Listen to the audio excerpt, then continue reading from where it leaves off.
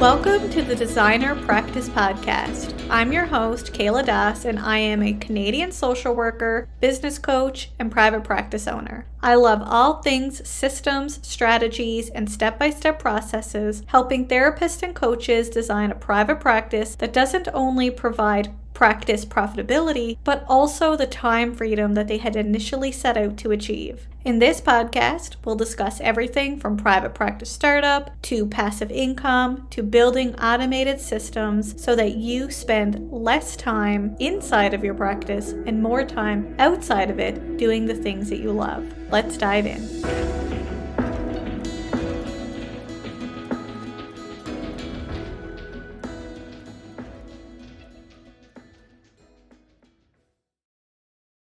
Welcome back to the Designer Practice Podcast, and I'm your host, Kayla Das. Have you ever applied to a contract job as a therapist for a group practice to only be greeted with a contract that says you are not allowed to compete against this company? Maybe you've even been told that in order to be hired as a contractor, you have to scrap your private practice altogether.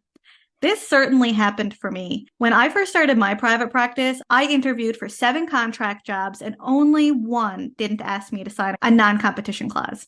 And to top it off, one of the 6 that asked me to sign a non-competition clause told me in order to work for them as a contractor, I would have to cease my private practice altogether and that I would not be allowed to restart my private practice for up to 2 years after I stopped working for them. Needless to say, I turned this offer down. Because growing my own business was the top of my priority, I knew the minute I heard the word non-competition clause, I was not accepting any offer from a company. But I did wonder to myself, is this even legal? Whether you're a therapist who's planning to obtain contracts to support your private practice growth, or you're a group practice owner who's currently using these clauses in your current contracts, you're going to want to listen to this episode. Because today I have Corinne Boudreau, a Nova Scotia lawyer and owner of Online Legal Essentials with me to discuss the differences between non-competition and non-solicitation clauses and when these clauses are enforceable in contracts and also when they're not. Hi, Corinne. Welcome to the show. This episode has been so long sought after, and I'm so excited that you are here today so that you can bust some of these myths for us and also share some truths when it comes to non-competition and non-solicitation clauses within hiring contracts for therapists.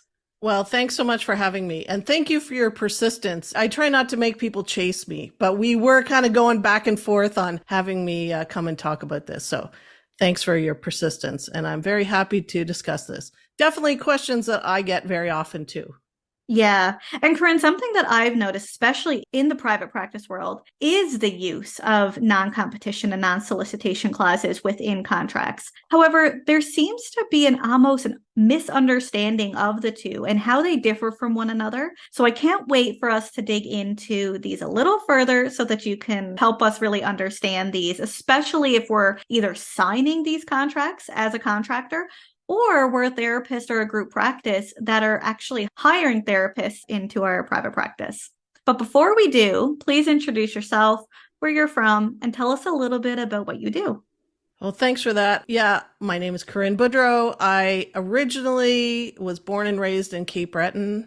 I'm not a mainlander. I feel like I have to say this, even though I now live in Halifax. So I've always lived on the East Coast, although I've done lots of traveling. My background is I did a business degree, so I thought I wanted to be an entrepreneur, but I'm going to date myself here, back in the 80s and early 90s when I was studying business, there really wasn't as much talk about entrepreneurship. So when I couldn't figure out how to invent Velcro or something really super cool like that, I thought, oh, what else can I do? There have been a few lawyers in my family, so I ended up going to law school. Started my law practice at a big firm.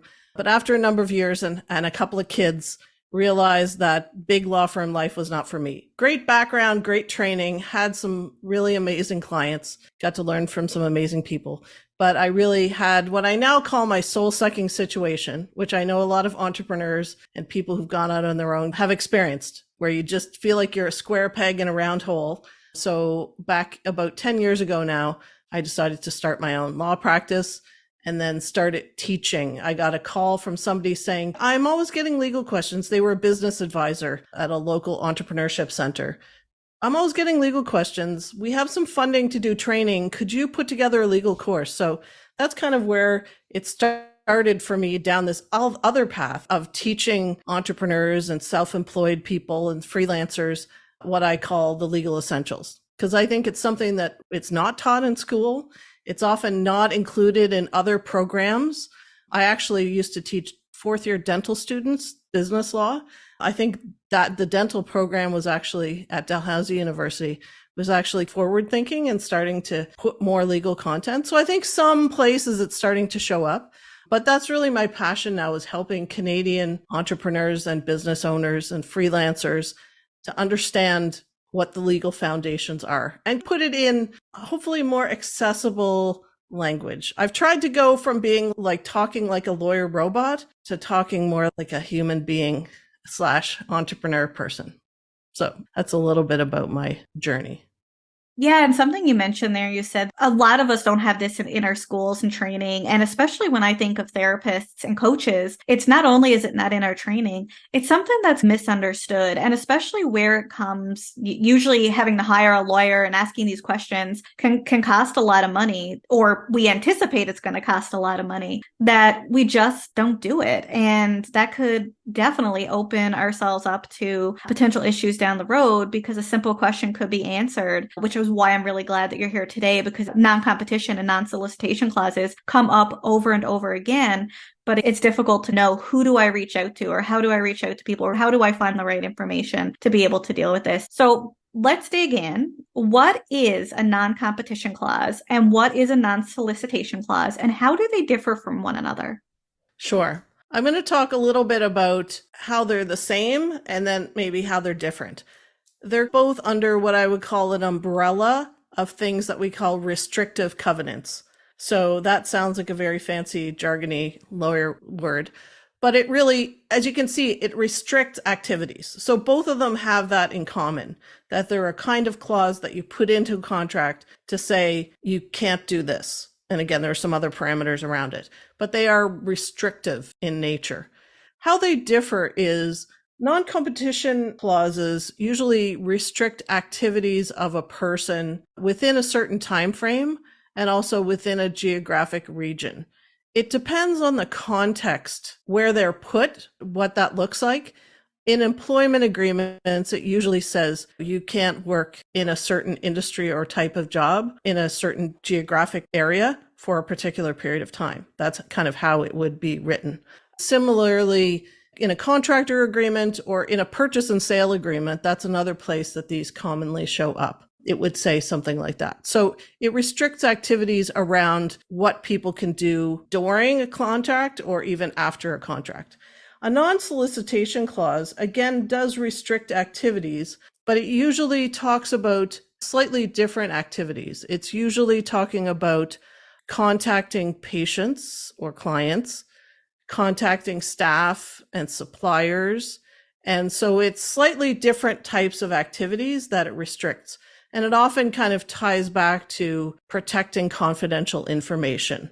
Again, they have a lot of similarities. It's not weird that they get confused because they have some commonalities, but they have different ways of protecting information and restricting activities. So are non-competition clauses and non-solicitation clauses enforceable? And if they are, who are they enforceable for? And are there a difference between the enforcement of someone who's hired as an employee versus someone who's hired as a contractor? So I would say in general, just to go really super high level, the law is always about balancing interests. So in this example, it's like the business that's hiring someone, we're trying to balance their interests with the person that's getting hired. In general, the law doesn't like non-competition clauses. Only in very specific uses, and they have to be very narrow. So if you were to look in general at non-competition clauses are in general contrary to public policy and generally unenforceable. So I would say they're generally unenforceable because they go too far. In terms of balancing, they're very restrictive. So particularly in the employment context. So at the end of 2020, I think it was at the end of 2021, I don't know always remember dates very well. But recently, Ontario actually restricted the use of, just banned them outright in their employment standards legislation. So they said, except in very limited circumstances, we are just outlawing them. Now, that's legislation. In Canada, we generally have this thing called the common law. So you have to read cases to kind of figure out what the laws are. But I would say across the country, in the employment context, non-competition clauses are very hard to enforce. In fact, I have never been one to put them in employment contracts. I have just never put them in there because I think telling someone, and this is where I usually take a very practical focus to these things, putting a clause in there and telling people it's unlikely to be enforced. What are you even doing? Like, what does that even mean? So I've started, and I've been saying this for years, just don't put them in employment contracts. Just don't. They don't belong in there. Now, when I say that Ontario had a couple of exceptions, they said, except for the C-suite people. So maybe with CEOs, CFOs of very large companies, that might be an exception. They may be in a different category. And the other one was in a purchase and sale transaction. So we'll just park that one for a minute because I'm going to talk about that one later. On the other hand, there's no such restriction on non-competition agreements in contractor agreements under case law. That one is a negotiating point. So when you were talking about in your intro, when you were looking for jobs, people were putting them in. The law hasn't looked on them as unfavorably in that context. And I think there's more room for negotiation there. The flavor of employment law is always a little bit different because it comes from a place of trying to protect the interests of employees. Employees have historically been taken advantage of in many ways. That's why we have employment standards legislation. Contractors, we're much more now in a knowledge economy, and lots of other factors have caused a lot more people now to be self-employed. So I think we're still figuring some of that out. So they're not banned in that context, but I would still say don't use them too much. And I would say non-solicitation clauses will get you where you want to go 9 out of 10 times. So I have a question because when I think of a contractor, I think of someone who is running a business, whether they're a sole proprietor, freelancer, or a corporation, and they are being contracted to do a business for a specific company. So in the example of therapists, usually people from their private practice as a sole proprietor, they are getting hired to do contract work for another therapist or group practice. Now, typically those contractors are not guaranteed full-time hours, but they are met with a non-competition clause in the sense that you can't compete, but we can't guarantee you hours. How does that work when we think of non-competition specifically? Yeah, well, that's where I think a lot of the negotiation and balancing has to come in, because the reason that the law doesn't like non-competition agreements is because it thinks that it restricts people's activities too much. So I think if you're putting a non-competition clause in an agreement, but not guaranteeing any hours, that feels too restrictive to me. But depending on what the market looks like out there, are there more therapists than jobs? I don't know. I think sometimes that kind of balances itself out. If, again, people really want you to work with them, you don't want to accept that kind of clause, then maybe they'll start taking them out. That's a really good point. So when we think about non-competition, non-solicitation clauses, why are they used in hiring contracts? And what are the benefits of these clauses? And who are they intended to protect? Well, I think they're 100% intended to protect the business owner or the business itself, which I think is legitimate. Like, as a business owner myself, it's taken me a long time to build up a business, finding clients, creating content. Like, there's a lot that goes into finding the right suppliers. I have affiliates, and you have all these relationships, and you have all these things that you build up inside your business, which have a value. So from a business owner perspective, you don't want someone to waltz in, take everything that's valuable, and waltz out the door. I think that's where it's coming from a business perspective. You want to protect what you've built, and you don't want again, valuable business assets, including all kinds of confidential information, business information, trade secrets, client lists, supplier lists, all this stuff walking out the door. You also don't want to hire, in the context of a therapist, hires a therapist to come in and then have them go back to their own practice or start their own practice and have all the clients and your staff even maybe follow them. So that's kind of the business perspective. You're protecting all of these important business assets that you've built. But again, balance. Like, how can you do that in the least restrictive way that still protects?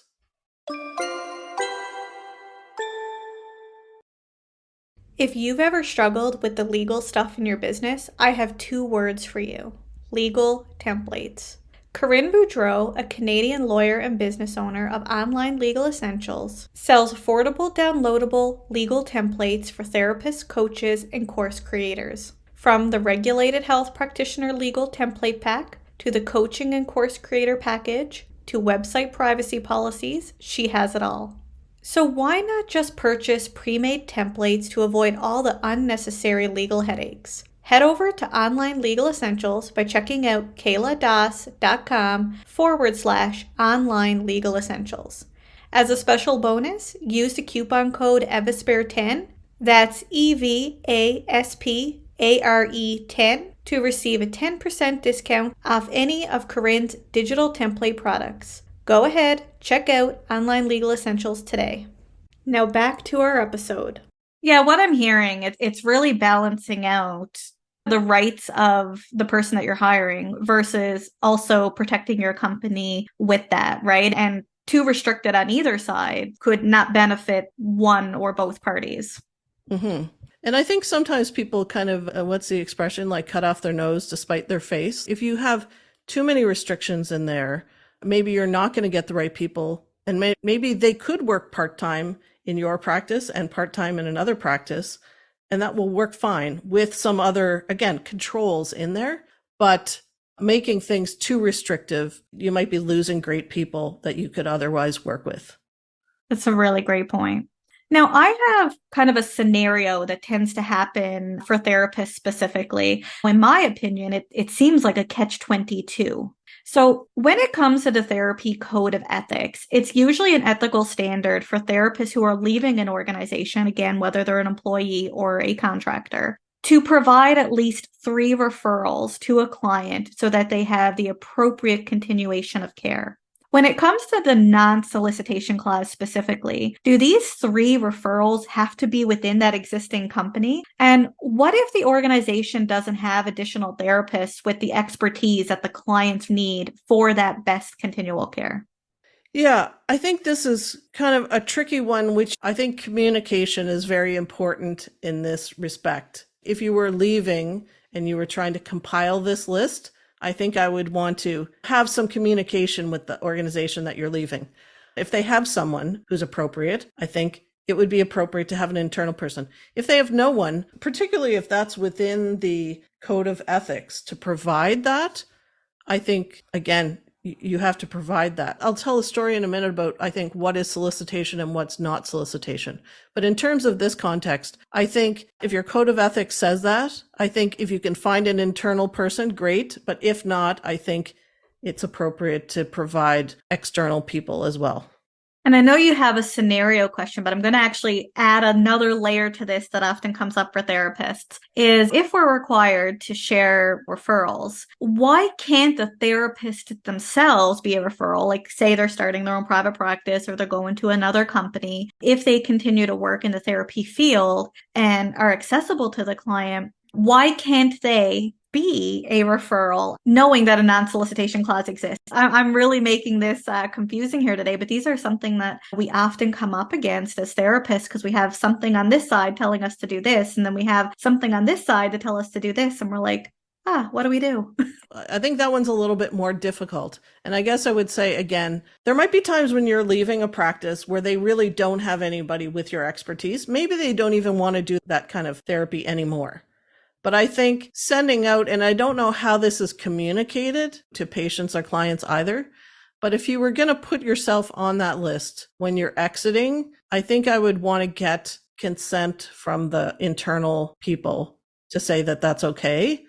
Maybe that's kind of a happy balance, because technically I think, particularly if you're giving that communication while you're still in the practice, I think that could be considered solicitation, because that's an active communication. Hey, I'm over here. You can follow me. So I think that is pretty clearly, that could be solicitation. Again, there are other things that I don't think are solicitation that I think people can do once they exit.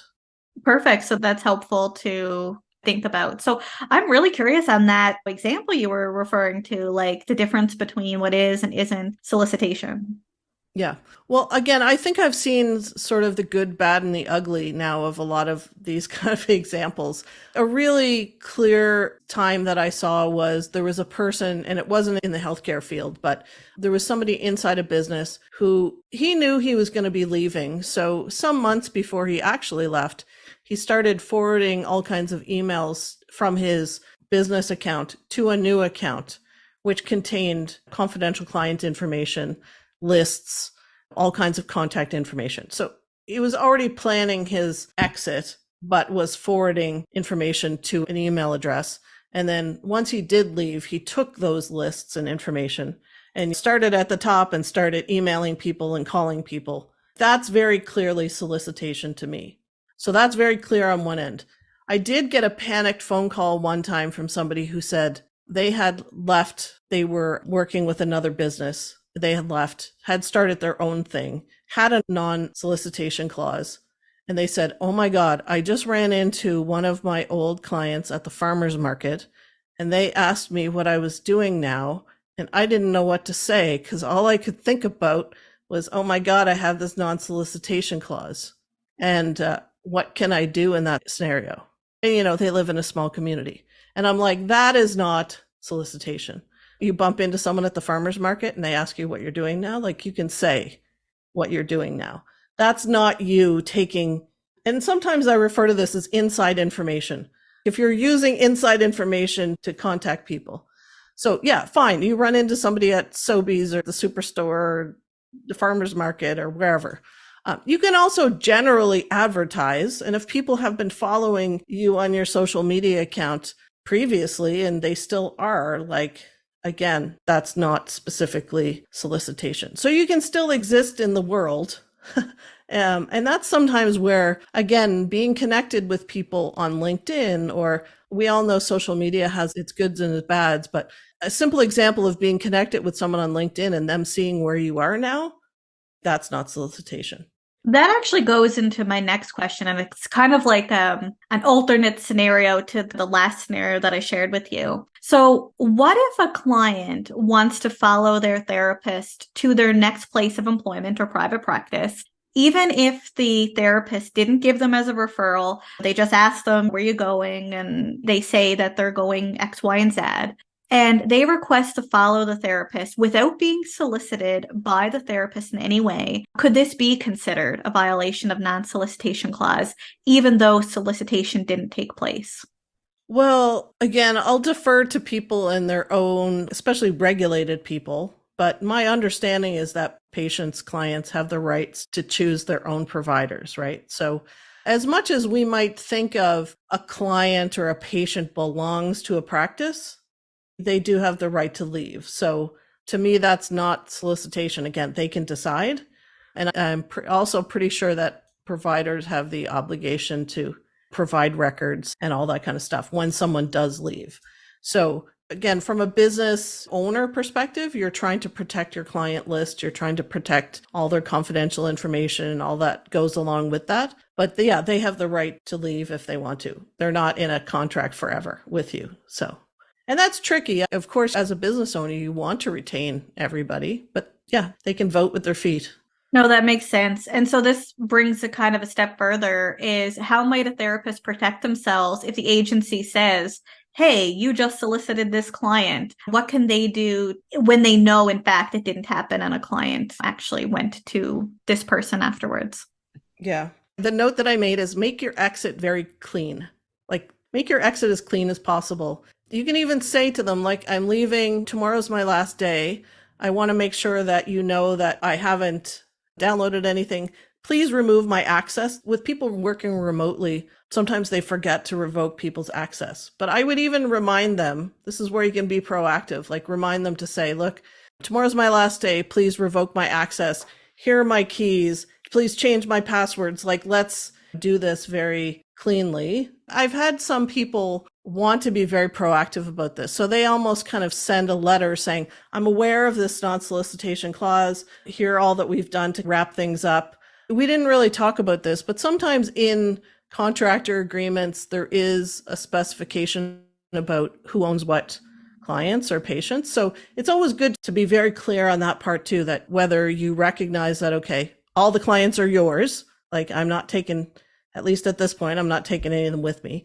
I've seen this in some practice agreements that like anybody who was a client of the practice or who the practice refers to them remains a client of the practice, but maybe the contractor, if it's their mom or their friend or whatever, some of those could be clients of theirs. So again, make it very clear on exit who you're taking with you if you actually have some clients of your own, and acknowledge that, yes, I realize I'm subject to this non-solicitation clause and I'm planning to honor it. You know what I mean? You kind of try to be a little bit proactive and then, of course, actually do that. I think that's the biggest thing. If you do legitimately need to take some information with you, again, communicate that clearly, because some of it might belong to you and maybe you saved it on their server or you uploaded it somewhere. But yeah, acknowledge your obligations and try to make as clean a break and communicate all that stuff as well as you can. That's some really great advice. Earlier on, you said you were going to park something. You mentioned that you were going to park the purchasing side of non-competition clauses, I believe it was. So can you tell us a Right. little bit about that piece? Yeah. So again, non-competition clauses, employment agreements, no. Contractor agreements, I would say probably still not in there, but they are subject to some negotiation. If you are purchasing a business, like purchasing a practice, there may be a non-competition agreement in there. You might want one in there, or obviously if you're selling a practice. So if you've been operating a practice for many, many years, you've now decided you want to retire, go do something else, and I'm purchasing your practice. Part of the purchase price is I'm purchasing the goodwill. I'm purchasing the clients. Sometimes, like, we will have even calculated the value based on how many active clients you have. So the law, again, has recognized that that's a legitimate time to say, look, you can't practice within, and that's where, again, you have to define a time frame and a geographic region. And that has to be reasonable. Now, again, what is reasonable? Usually you have a pretty good sense of that. It depends how many of these people there are in a particular area. Like I know with, again, I always come back to dentists, but I did so much work with dentists. Normally with dentists, it would only be maybe a street or a part of a city. In a big city, it would only be a very tight geographic region. Like it might be like, I'm in Halifax, but it might be like Spring Garden Road, or it might be a 2-kilometer radius within that dentist's office. In a smaller town, it could be like the town or a county or something like that. But you need to refer to that really tightly. And then again, it's usually like anywhere from 2 to 5 years. But again, I am buying your goodwill. So I don't want you to decide, you go to Florida, you golf for a while, or you do whatever, and you decide, no, I'm kind of bored. I want to come back to being a therapist. I don't want you to do that. And I definitely don't want you to do it within a very tight geographic region of where you used to be. So the law recognizes, again, we're talking about balancing. The law recognizes that I've kind of bought and paid for that restriction. Whereas with employees, again, the law hates to restrict people's ability to make a living. That's why employment agreements, in terms of balancing it in public policy, we don't want to restrict people from doing the thing that they're trained to do. But if I've bought and paid for it in a purchase and sale agreement, it's seen as a more legitimate reason.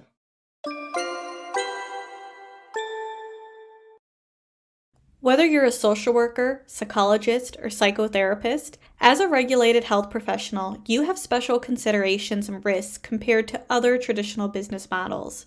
And having the proper private practice paperwork in place is essential for protecting your practice and minimizing your legal risk, specifically paperwork created by a legal professional. But going to a lawyer and having all of the documents drafted can cost thousands of dollars. When I first started out, I paid over $1,200 for just the consent to treatment form alone. However, Corinne Boudreau, a Nova Scotia lawyer and owner of Online Legal Essentials, along with Jean Eden, Alberta Practice Privacy Coach and owner of Information Managers, have partnered to create an affordable, all-inclusive, regulated healthcare practitioner legal template pack for private practitioners across Canada. From private practice paperwork to website legal templates to over 200-page private practice policy and procedures manual and more, the Regulated Healthcare Practitioner Legal Template Pack has everything you need to start and grow your private practice. For a package that can easily run over $10,000 if purchased elsewhere, Corinne and Jean charges only $997 Canadian. And as a special bonus for listening to the Designer Practice podcast, when you use the coupon code EVASPARE10, that's EVASPARE 10 at purchase, you'll receive an additional 10% off the regular price. Start protecting your practice today and check out the Regulated Healthcare Practitioner Legal Template Pack by checking out kayladas.com/online legal essentials. That's kayladas.com/online legal essentials. Now back to the show. That makes complete sense. So if a therapist has a non-competition clause or a non-solicitation clause in their hiring contract, is there any advice that you would give them in order for them to better understand their rights? And I'm even going to bring that a step farther. Is there anything that therapists who are going to hire other therapists should consider when including non-competition or non-solicitation clauses in their contracts? Yeah. I would say if you are hiring people as employees, just take it out. Don't put it in there. If you are hiring people as contractors, I would think long and hard. I am of the opinion that if you have a non-solicitation clause that's properly drafted and confidentiality clauses, like it could be a non-disclosure agreement, that you can get there. Like you can get there. Again, we're talking about what interests you're trying to protect. I think that you can properly protect your interests with a non-solicitation clause plus an NDA or confidentiality clauses. So I am not a fan of putting non-competition clauses in either employee or contractor agreements if you're hiring. On the flip side of that, if you are presented with one, if you're an employee, man, you're in a tough spot. I would say you could push back and say, they're not enforceable, so please take it out. If they push back and say, no, our lawyer, or we've always had it in there, or whatever. I mean, at the end of the day, they are hard to enforce. So I don't know. It's a thing in there. If they ever took you to court and tried to enforce it, it wouldn't be worth really the paper that it's written on. It's not nice to have in there, though, because some employers will put pressure on people and point to it. But I think, again, in reality, it's very hard to enforce with employees. In Ontario, it's very super duper clear, but I think the law is always, like I said, not love them. So I don't know. It depends on how your brain works. I would ask for it to be removed. If it doesn't get removed, you could probably live with the knowledge that it wouldn't be enforced by a court. But that's not as great as having it removed. If somebody presents you with a contractor agreement, I would try to negotiate it out of the agreement and say, what are your biggest concerns here? And let's address them through a non-solicitation clause. So what do you not want me to do? And let's spell that out as clear as day, what you can't do. And let's put that in a non-solicitation clause. And then it's very clear for both parties. And there's two time periods where these clauses apply, I should say.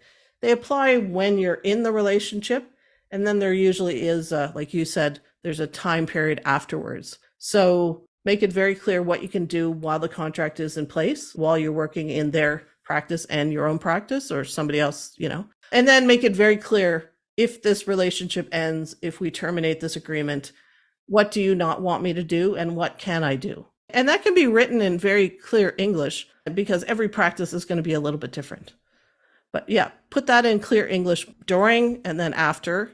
So get at the real concerns. And this is where I think if people dig into it a little bit further, it's just good for everybody because you get on the same page.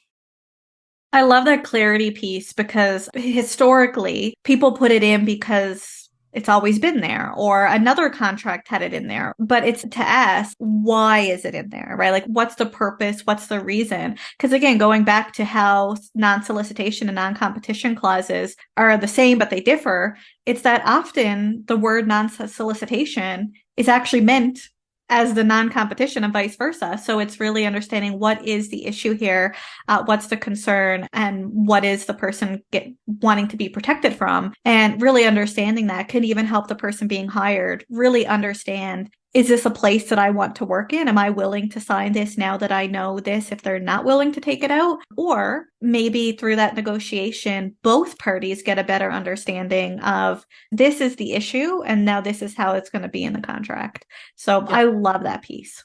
And I was going to say, sometimes someone said, oh my God, I have a contract with a non-competition clause in it. And I've gone to read it and the heading says non-competition, but then I read the words and I'm like, this is actually a non-solicitation clause. So for anyone who's confused out there, there's a lot of reason for confusion. They're not always drafted great. And some people, again, take bits and pieces from other contracts so they're not always well thought out. What I tell everyone about contracts is, if you are a business sending contracts out to people, you should be prepared to answer questions. You need to understand your own contracts. And on the flip side, whenever someone sends you a contract, don't be afraid to ask questions and don't be afraid to negotiate. Sometimes I need to put on my own big girl pants and be like, yeah, I don't like that clause. I was just looking to hire someone and I went through their terms and conditions and there was something in there that I couldn't live with. And I'm like, okay, yeah, we're just peace out. I can't live with that clause. So yeah. That's a good point. And sometimes we worry about potentially losing a place of employment or potential client source. But again, it goes back to what matters to you. And going back to my intro, when I first started, I knew first thing that if anyone introduced me to a non-competition, I was not going to accept it because building my business was my big priority. And with that, I didn't know about the legal pieces to it at that point. I just knew that from a values perspective and from a vision perspective, that is not what I wanted. So it's really also thinking about, what is it that you're okay with? What is your vision? What is your values? And how does this all play into that as well? Yeah. And sometimes I know, like, you just got to put food on the table. You just have to pay the rent. You might be in a situation where you have to accept what someone puts in front of you, but at least you understand what that means. And again, you understand what the implications might be even after the relationship ends. Love that. So you have a free webinar that our listeners can watch. Is that right? I do. I am a fan of the webinar because of my background. I didn't even mention that, but yeah, I have worked a lot in healthcare, particularly long-term care, but I've always had a lot of healthcare related clients and customers. So I teamed up with Jean Eaton, who is a healthcare privacy expert, and we put on a webinar called Roadmap to Start Your Online Healthcare Practice. So it's specifically for Canadian healthcare practitioners. It's an on-demand webinar, so once you register, you can watch it right away. So it's for people who are starting, but also, again, cover some of these big foundational pieces that we think healthcare practitioners in Canada should be thinking about around the law and privacy. So we have that available. Fabulous. And you also have a free resource too. Am I right saying that too? That's right. Yes, this is my most popular, I guess I would say, freebie. I created an online checklist for running a business online in Canada. So lots of times people say to me, I don't know what I don't know. So what should I even be thinking about here? So I created, again, a very simple PDF checklist, which you can download and you can very quickly identify, okay, got this, got this, got this. Oh, don't know about that one. So it just helps people to kind of do an overall kind of check to see what they might have and what they might need to do next. Fabulous. So to sign up for Corinne's free webinar, Roadmap to Start Your Online Healthcare Practice, you can check out kayladas.com/Corinne Boudreau webinar. Or if you want to also download Corinne's ultimate checklist for running an online business, you can check out kayladas.com/Corinne Boudreau freebie. Or you can simply scroll down to the show notes and click on the link. Corinne, thank you so much for coming on the show and breaking down the differences and similarities between non-competition and non-solicitation clauses within therapy hiring contracts. It's certainly a misunderstood concept in the therapy world, so I'm so great that we got some clarity on that today. Well, thanks so much for giving me the opportunity to do that. Thank you, everyone, for tuning into today's episode, and I hope you join me again soon on the Designer Practice Podcast. Until next time, bye for now.